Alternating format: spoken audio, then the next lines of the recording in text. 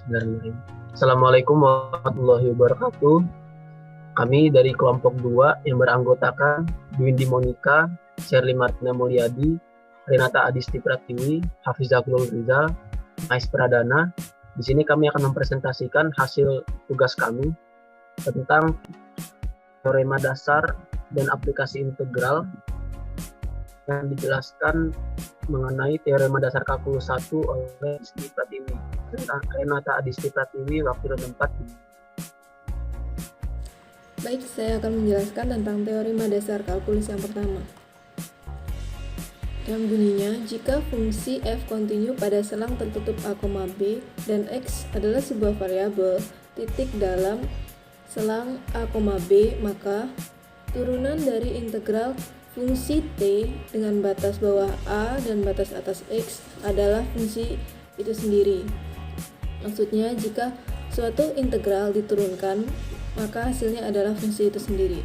Secara umum dapat ditulis dengan turunan dari fungsi t dengan batas bawah a dan batas atas ux atau fungsi lainnya.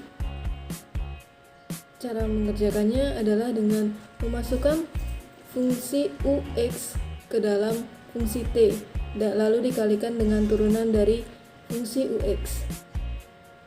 Selanjutnya, turunan dari integral fungsi t dengan batas bawah ux dan batas atas vx dapat diselesaikan dengan memasukkan fungsi vx ke dalam ft dan dikalikan dengan turunan dari fungsi fx dikurang dengan fungsi ft yang dimasukkan nilai dari fungsi ux dikalikan dengan turunan dari fungsi ux. Contoh soal yang pertama, hitunglah turunan dari fungsi ax. Fungsi ax sama dengan integral dari t pangkat 3 per akar t kuadrat plus 12 dengan batas bawah 100 dan batas atas x. Dapat dilihat bahwa ft dari fungsi tersebut adalah t pangkat 3 per akar t kuadrat plus 12. Maka turunan dari ax adalah tinggal mengganti huruf t dengan x, yaitu x pangkat 3 per akar x kuadrat plus 12. Contoh soal berikutnya, hitunglah turunan dari bx dengan fungsi bx sin t plus 3t dengan batas bawah 2 dan batas atas 4x kuadrat. Dapat dilihat dari fungsi tersebut jika nilai ft sama dengan sin t plus 3t dan ux yang merupakan batas atasnya adalah 4x kuadrat. Cara mengerjakannya adalah dengan memasukkan fungsi ux ke dalam fungsi ft sehingga lalu dikalikan dengan turunan dari fungsi ux sehingga menjadi sin 4x kuadrat plus 3 dikali 4x kuadrat dikalikan dengan turunan dari 4x kuadrat menghasilkan 8x dikali sin 4x kuadrat plus 12x kuadrat. Contoh soal berikutnya yaitu hitunglah turunan dari gx dari fungsi gx integral dari akar 2 plus t dengan batas bawah x pangkat 3 dan batas atas x min 2. Dari soal tersebut kita dapat melihat bahwa ft sama dengan akar 2 plus t dan vt yang merupakan batas atasnya adalah 3x min 2 dan ut yang merupakan batas bawahnya adalah x pangkat 3 sehingga turunan dari gx adalah dengan cara memasukkan nilai vt ke dalam fungsi ft lalu dikalikan dengan turunan vt kemudian dikurangi dengan memasukkan fungsi ut ke dalam fungsi ft lalu dikalikan dengan turunan dari ut sehingga menjadi 2 plus 3x min 2 dikalikan dengan turunan ft yaitu 3 lalu dikurang dengan akar 2 plus x pangkat 3 dikalikan dengan turunan dari UT hingga menghasilkan 3 dikali akar 3x min 2x kuadrat akar x pangkat 3 plus 2. Selanjutnya adalah materi teorema dasar kalkulus 2 yang akan dijelaskan oleh rekan saya, Sherly Martina. Pada Sherly, dipersilakan. Baik, saya akan menjelaskan tentang teorema dasar kalkulus kedua. Selanjutnya, jika f kontinu dan mempunyai antiturunan f besar pada sel yang tertutup A sampai B, maka integral fx dx dengan batas A sampai dengan B sama dengan f besar B dikurangi f besar A. Notasi ini bisa digunakan untuk menyatakan f besar B dikurang f besar A. Selanjutnya, contoh soal, hitunglah integral dari dalam kurung x pangkat 3 min 2x kuadrat plus 7 tutup kurung dikali dengan dalam kurung n 6x kuadrat min 8x tutup kurung dx dengan batas 2 sampai dengan 4. Kita menggunakan integral substitusi. Misal, U sama dengan x pangkat 3 min 2x kuadrat plus 7. Kemudian du per dx atau turunan dari U sama dengan 3x kuadrat min 4x. Dan kita mencari dx-nya sama dengan du per 3x kuadrat min 4x. Integral dari x pangkat 3 min 2x kuadrat plus 7 dikali 6x kuadrat min 8x dx dengan batas 2 sampai dengan 4. Itu sama dengan integral dari U dikali 6x kuadrat min 8x dikali dengan dx-nya kita ganti dengan du per 3x kuadrat min 4x. Setelah itu, U dikali dengan 2 dalam kurung 3x kuadrat, karena kita faktorkan 2-nya menjadi 3x kuadrat min 4x, tutup kurung dikali dengan du dibagi dengan 3x kuadrat min 4x. Karena itu sama, maka bisa kita bagi dan menghasilkan 1. Jadi, sama dengan integral dari U dikali dengan 2 du dengan batas 2 sampai dengan 4. Kemudian 2-nya kita keluarkan dari integral sehingga jadi x pangkat 3 min 2x kuadrat plus 7 itu kan tadi di atas sama dengan du. Sama dengan U, maka U-nya kita ganti x pangkat 3 min 2x kuadrat plus 7. Di plus 7 du. Selanjutnya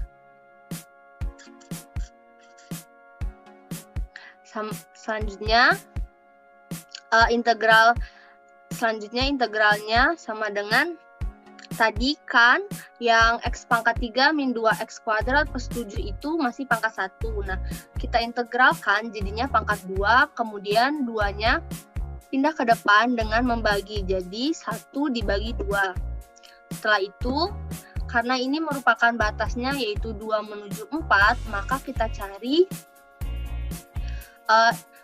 cari dengan mensubstitusikan nilai 4 ke x dan mensubstitusikan nilai 2 ke x. Sehingga didapat setengah dikali 4 pangkat 3 plus 2 dikali 4 pangkat 2 ditambah 7 tutup kurung pangkat 2. Dikurang setengah dalam kurung 2 pangkat 3 min 2 dikali 2 kuadrat ditambah 7 tutup kurung pangkat 2. Hasilnya yaitu 2 dikali setengah dikali 1521 dikurang setengah dikali 49. Sehingga didapatkan hasilnya adalah 1472. Selanjutnya, contoh soal yang kedua yaitu hitunglah integral dari cos 4x dx dengan batas pi per 3 sampai dengan pi per 2. Kita menggunakan integral substitusi yaitu dengan memisahkan u sama dengan 4x. Maka du per dx-nya sama dengan 4, dx sama dengan du per 4. Maka integral dari cos 4x dx dengan batas pi per 3 sampai dengan pi per 2 sama dengan integral dari cos U, karena U sama dengan 4x, dx-nya kita ganti dengan du per 4. Setelah itu, integral dari cos U, karena du per 4 itu sama dengan du dikali 1 per 4, maka 1 per 4-nya kita keluarkan dari integral. Jadinya integral cos U kali du per du dengan batas V per 3 sampai dengan V per 2. Setelah itu U-nya kita ganti dengan 4x. Selanjutnya. Nah, kita integralkan.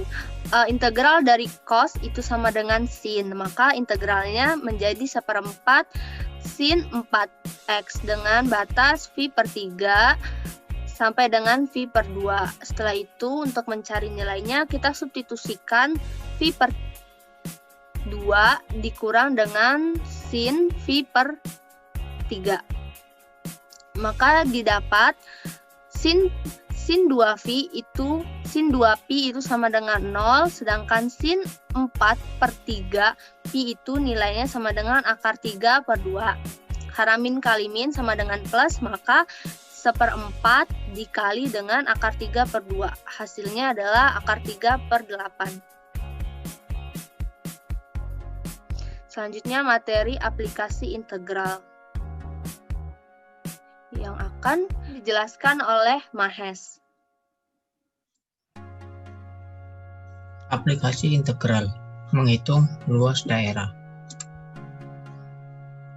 Luas daerah yang dibatasi kurva Y sama dengan Fx pada sumbu X, garis X sama dengan A, dan garis X sama dengan B dengan Fx lebih dari 0 pada interval A kurang dari sama dengan X kurang dari sama dengan B adalah L sama dengan integral dari fungsi X dengan batas atas yaitu B dan batas bawah itu A. B adalah nilai terbesarnya dan A adalah nilai terkecilnya. Luas daerah yang dibatasi kurva Y sama dengan Fx pada sumbu X untuk garis X sama dengan A dan X sama dengan B dengan Fx kurang dari 0 pada A kurang dari X kurang dari B adalah L sama dengan minus integral fungsi X dengan batas atas B dan batas bawah A.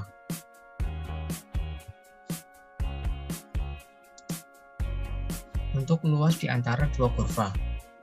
Luas daerah yang dibatasi kurva Y sama dengan Fx dan Y sama dengan Gx untuk garis X sama dengan A dan X sama dengan B dengan Fx kurang dari 0 pada interval A kurang dari sama dengan X kurang dari sama dengan B adalah L sama dengan integral dari fungsi X dikurang fungsi Gx dengan batas atas B dan batas bawah A. Fx adalah garis yang berada di atas, sedangkan Gx adalah garis yang berada di bawah. Contoh soal. Tentukan luas daerah yang diarsir pada interval kurang dari min 1 kurang dari sama dengan X kurang dari sama dengan 2. Kita gunakan rumus untuk dua kurva dengan batas atas sama dengan 2 dan batas bawah sama dengan min 1 dan X plus 3 itu adalah Gx karena garis Fx ada di atas, maka Fx adalah X plus 3, sedangkan untuk Gx adalah X kuadrat min 1 karena Gx ada di bawah.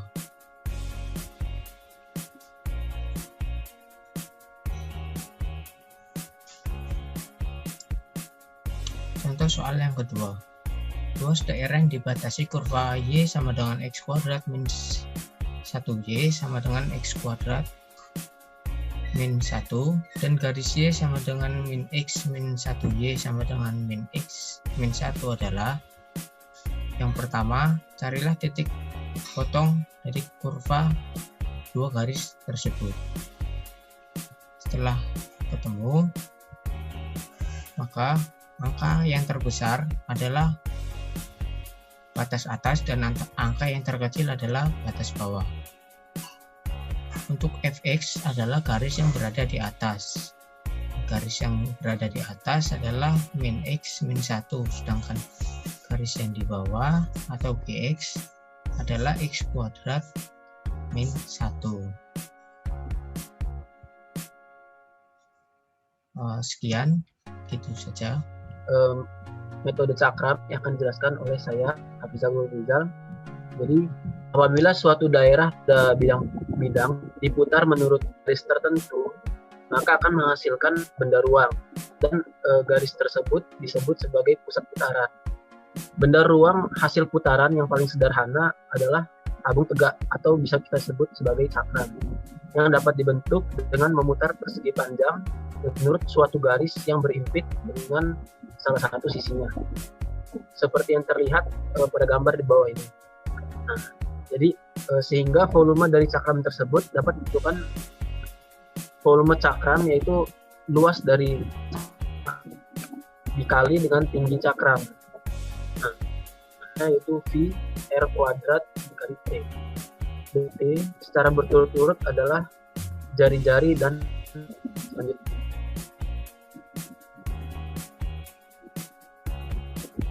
Untuk melihat bagaimana penggunaan volume cakram dalam menentukan volume benda putar, perhatikan gambar di bawah ini. Untuk memutar, perhatikan persegi panjang yang terletak pada bidang. Apabila persegi panjang tersebut diputar pada suatu garis, maka akan terbentuk dalam benda putar yang volumenya delta V R kuadrat delta X, sehingga volume putar tersebut dapat didekati dengan menggunakan N buah cakram yang tinggi delta X dan jari-jari RXI, kan volume benda putar sigma dengan batas I sama dengan 1 sampai dengan I sama dengan N, V pangkat 2 delta X, V sigma I sama dengan 1 sama dengan N, RXI pangkat 2 delta X. Pendekatan volume benda putar tersebut akan semakin baik apabila mendekati tak hingga atau delta sama 0, sehingga kita dapat mendefinisikan volume benda putar sebagai berikut. Volume benda putar yaitu limit delta mendekati V sigma I sama dengan 1 sampai dengan I sama dengan N, R X I pangkat 2 delta X sama dengan V integral buka kurung Rx pangkat 2 dx di batas bawah A sampai dengan B. Selanjutnya,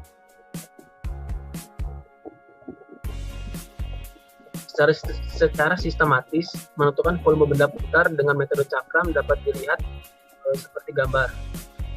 Dari rumus dari prekalkulus volume cakram yaitu V sama dengan VR kuadrat T, sedangkan volume satu bagiannya itu delta V sama dengan V Rx I pangkat 2 delta X. Nah, volume benda putarnya yaitu V sama dengan V integral R X kuadrat delta X dengan batas bawah A dan batas atas B. Rumus yang serupa juga dapat diturunkan apabila sumbu putarannya berbentuk vertikal. Apabila sumbu putarannya adalah vertikal atau jadi sumbu Y, maka rumus volume benda putarnya adalah V integral R Y pangkat 2 dy dengan batas bawah C dan batas atas C. Lanjut.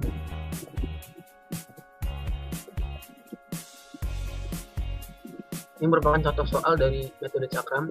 Tentukan volume bangun ruang yang dibentuk oleh perputaran daerah yang dibatasi oleh grafik Fx sama dengan akar sin X, dan sumbu X 0 kurang dari sama dengan X kurang dari sama dengan V dengan pusat putaran sumbu X.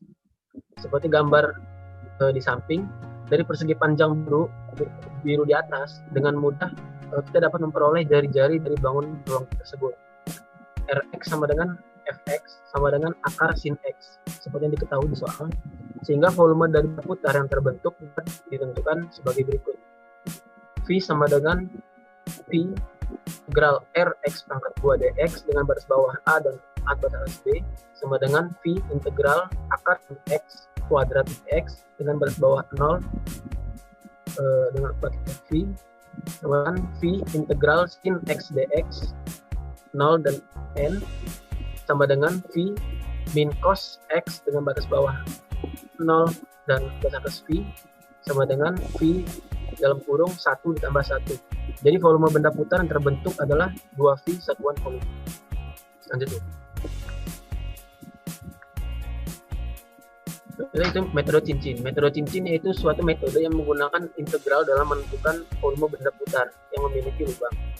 Cincin dalam metode ini dibentuk oleh hasil terhadap sumbu putaran tertentu. Biar diperhatikan pada gambar berikut, jika R kecil dan R besar secara berturut-turut merupakan jari-jari dalam yang berada di dari luar dari cincin dan T merupakan cincin, maka volumenya dapat ditentukan sebagai volume sama dengan V dalam kurung R kuadrat min R kecil kuadrat dikali T. Untuk mengetahui dapat digunakan untuk menentukan volume benda putar, perhatikan relasi oleh jari-jari luar Rx dan jari-jari dalam X seperti yang ditunjukkan gambar. Jika daerah tersebut diputar menurut gambar yang pertama itu, jika daerah menurut sumbu putaran diberikan, volume benda putar dihasil seperti gambar di sebelahnya.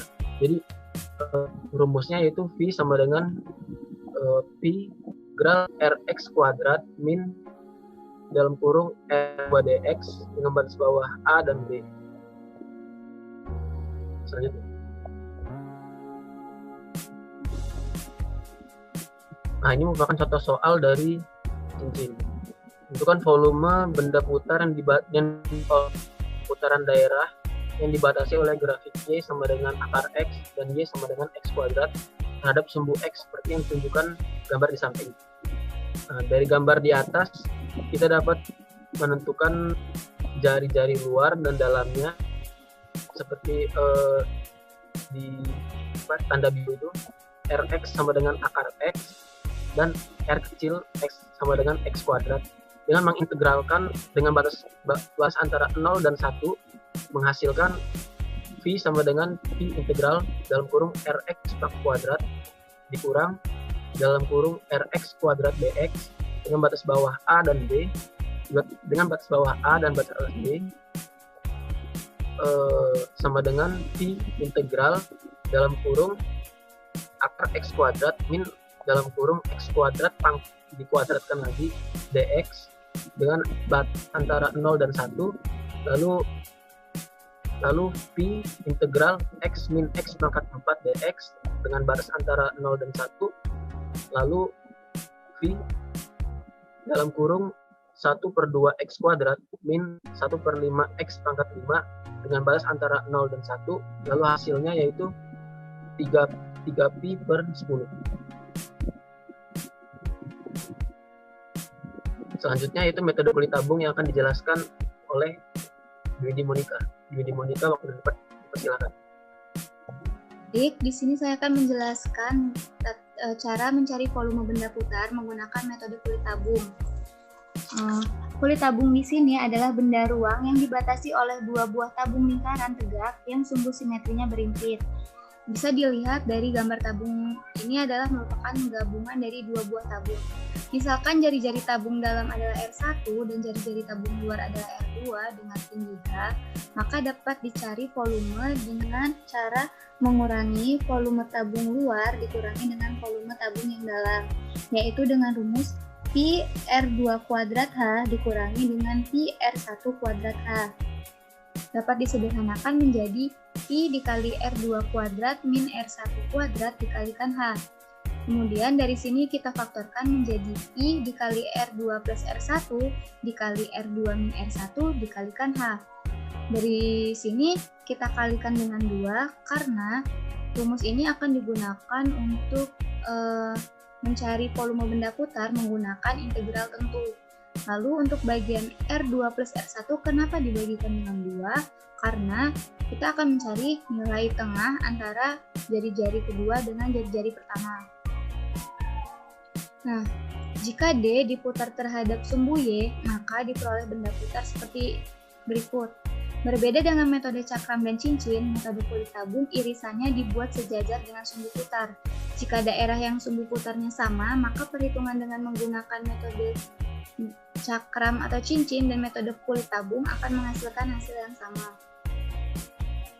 Langkah-langkah penyelesaiannya adalah yang pertama dengan menggambar daerahnya, kemudian membuat partisinya, lalu menentukan ukuran dan bentuk partisi. Yang terakhir adalah mencari volume dengan partisi yang diputar, dijumlahkan dengan mengambil limitnya, dan menyatakan dalam bentuk integral.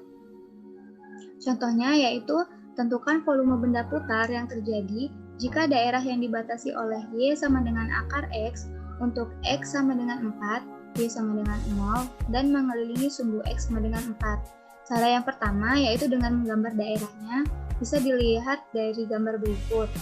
Nah, yang kedua adalah membagi partisinya.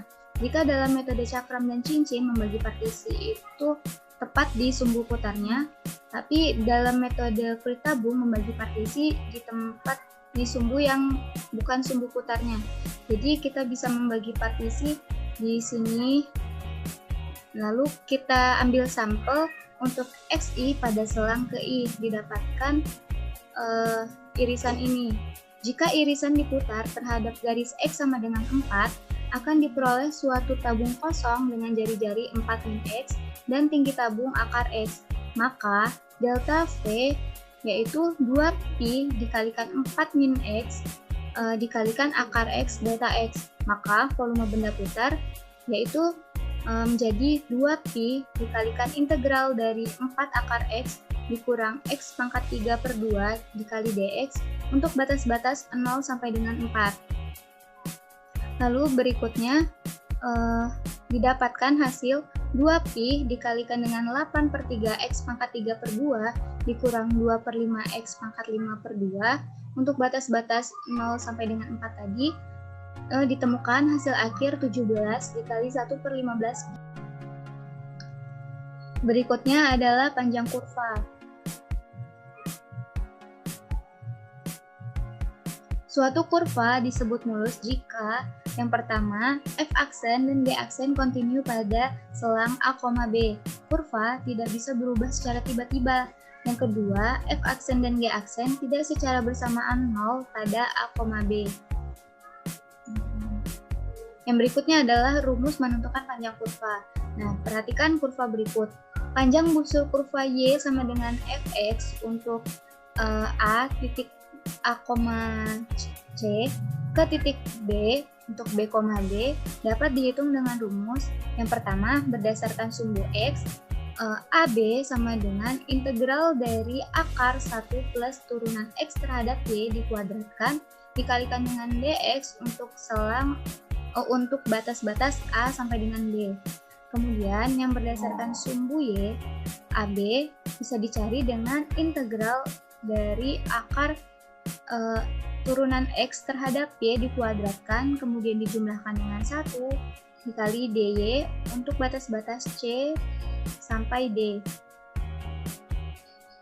Langsung saja ke contoh soalnya, yaitu tentukan panjang busur kurva 9Y kuadrat sama dengan 4X pangkat 3 dari titik A 0,0 ke titik B 3,2 akar 3.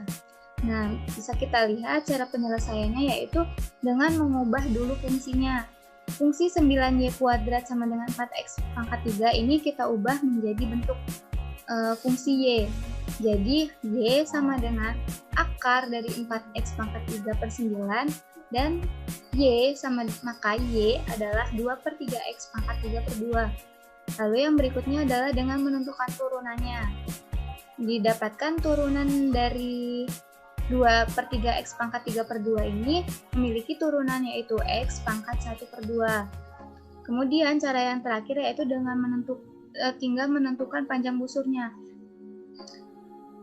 Maka panjang busurnya bisa dicari dengan mengintegralkan akar 1 plus turunan Y terhadap X dikuadratkan dikalikan dengan DX untuk batas-batas A sampai dengan B. Nah, tinggal kita substitusikan angka-angkanya, didapatkan integral akar dari 1 plus X per pangkat 1 per 2 dipangkatkan 2 dx untuk batas-batas dari 0 sampai dengan 3. Berikutnya, integral dari 1 plus X dikalikan dx ada untuk batas-batas 0 sampai dengan 3 didapatkan integral dari 1 plus X pangkat setengah. Nah, ini dari akar ini kita ubah menjadi pangkat setengah untuk batas-batas 0 sampai dengan 3. Lalu kita dapatkan hasil 2/3 dikalikan 1 plus X dipangkatkan 3/2 dan untuk batas-batas 0 sampai dengan 3 tadi didapatkan batas yang pertama yaitu 2/3 dikali 1 plus 3 pangkat 3/2 dikurangi dengan batas yang berikutnya yaitu 2/3 dikali 1 plus 0 pangkat 3/2. Didapatkan hasil 2/3 dikali 8 dikurang 2/3 dikalikan 1 yaitu 2/3 dikalikan 7. Maka panjang busurnya atau panjang kurvanya adalah 14/3 satuan panjang.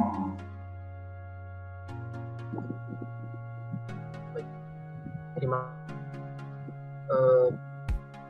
penjelasannya.